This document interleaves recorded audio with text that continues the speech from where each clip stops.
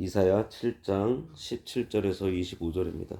여호와께서 에브라임이 유다를 떠날 때부터 당하여 보지 못한 나를 너와 내 백성과 내 아버지 집에 임하게 하시리니 곧 아수르 왕이 오는 날이니라. 그날에는 여호와께서 애굽 하수에서 먼 곳의 파리와 아수르의 땅에 벌을 부르시리니 다 와서 거친 골짜기와 바위 틈과 가시나무 울타리와 모든 초장에 앉으리라.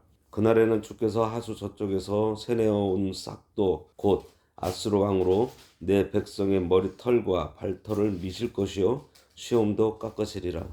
그날에는 사람이 한 어린 암소와 두 양을 기르리니 그것들이 내는 젖이 많으므로 엉긴 젖을 먹을 것이라.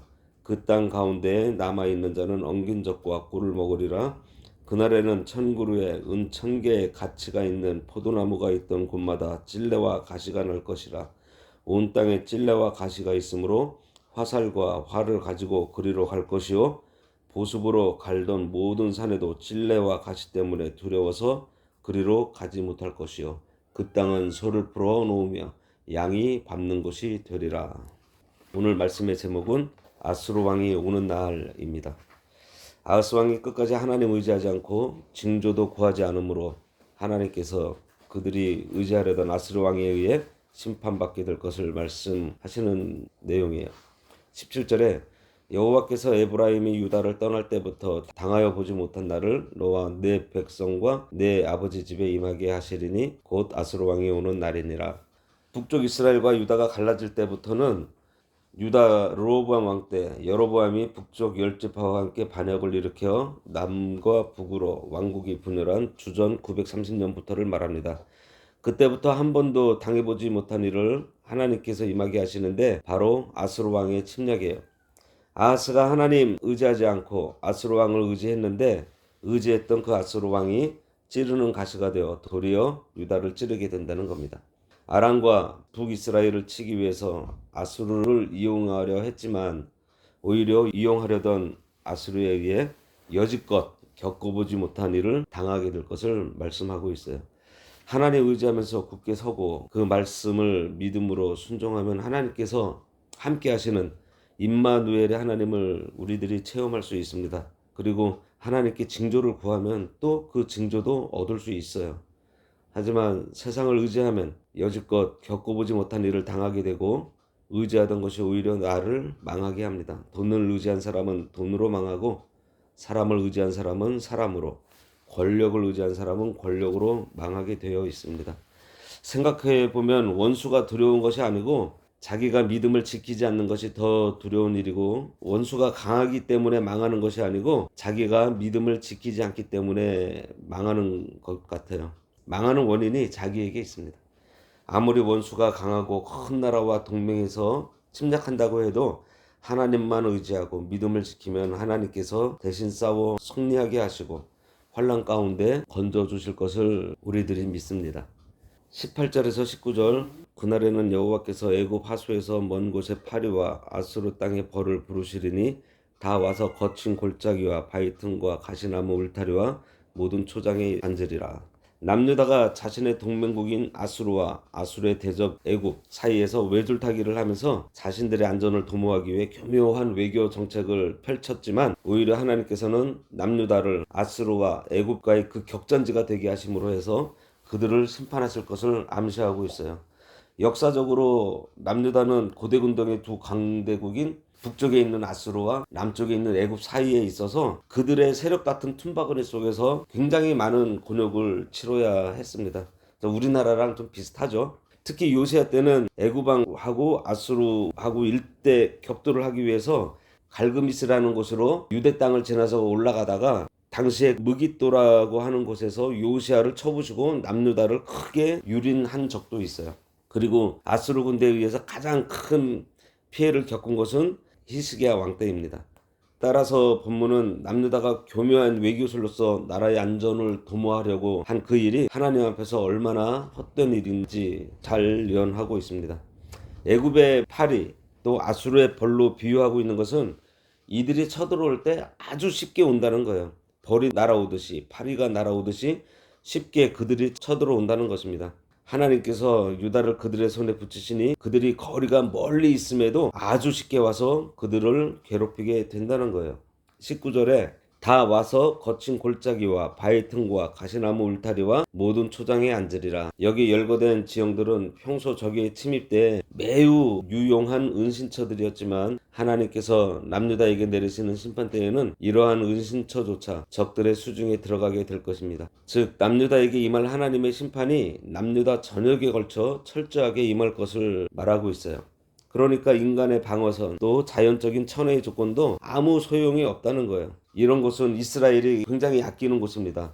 이들이 자기의 온갖 수단과 방법으로 최고의 방어진을 쳐서 이렇게 저렇게 해봐도 하나님께서 간섭하시니 인간의 모든 준비도 소용없고 자연적인 조건도 소용없고 아끼던 것도 소용없이 다 짓밟히게 되어버린다는 거예요. 우리가 하나님을 의지하면 이 땅의 모든 것들도 우리를 보호합니다. 그러나 하나님의 백성인 우리가 하나님을 의지하지 않고 물질이나 세상을 의지하면 오히려 그것들에게 짓밟히도록 하시겠다는 거예요.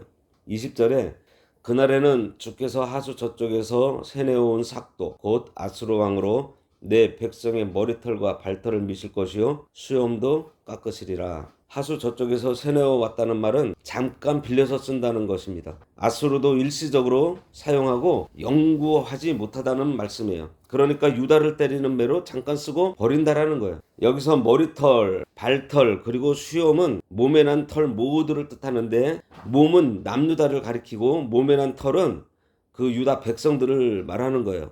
남유다 땅이 사람이 살 곳이 못 되도록 황폐하게 될 것을 상징합니다.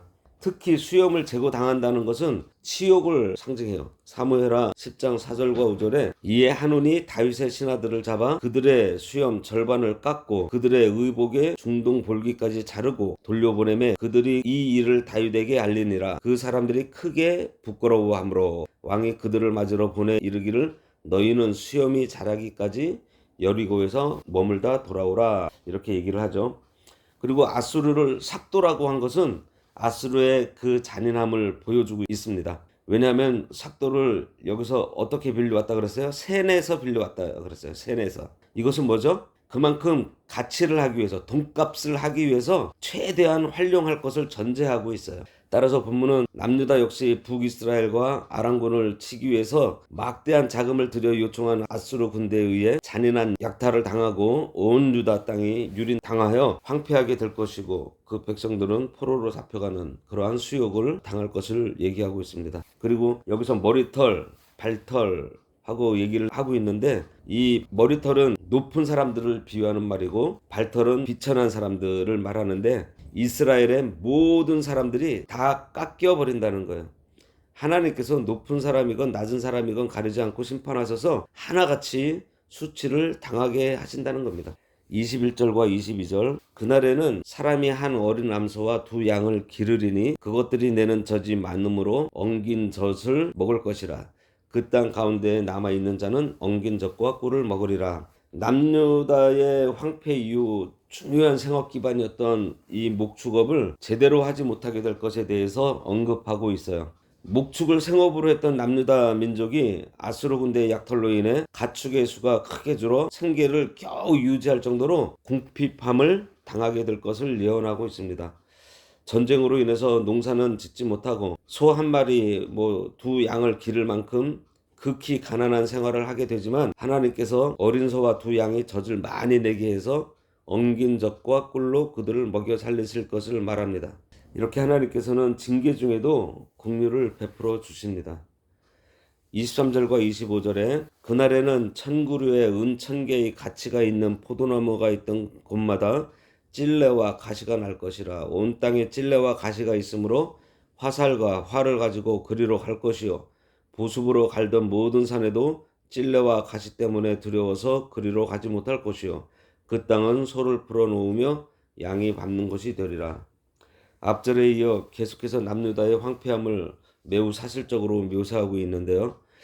포도나무 1000그루가 은 1000세겔이나 하는 고가의 포도밭이 있지만 그것을 경작할 사람이 남아있지 않기 때문에 찔레와 가시만 무성한 불모지로 변하게 된다는 거예요.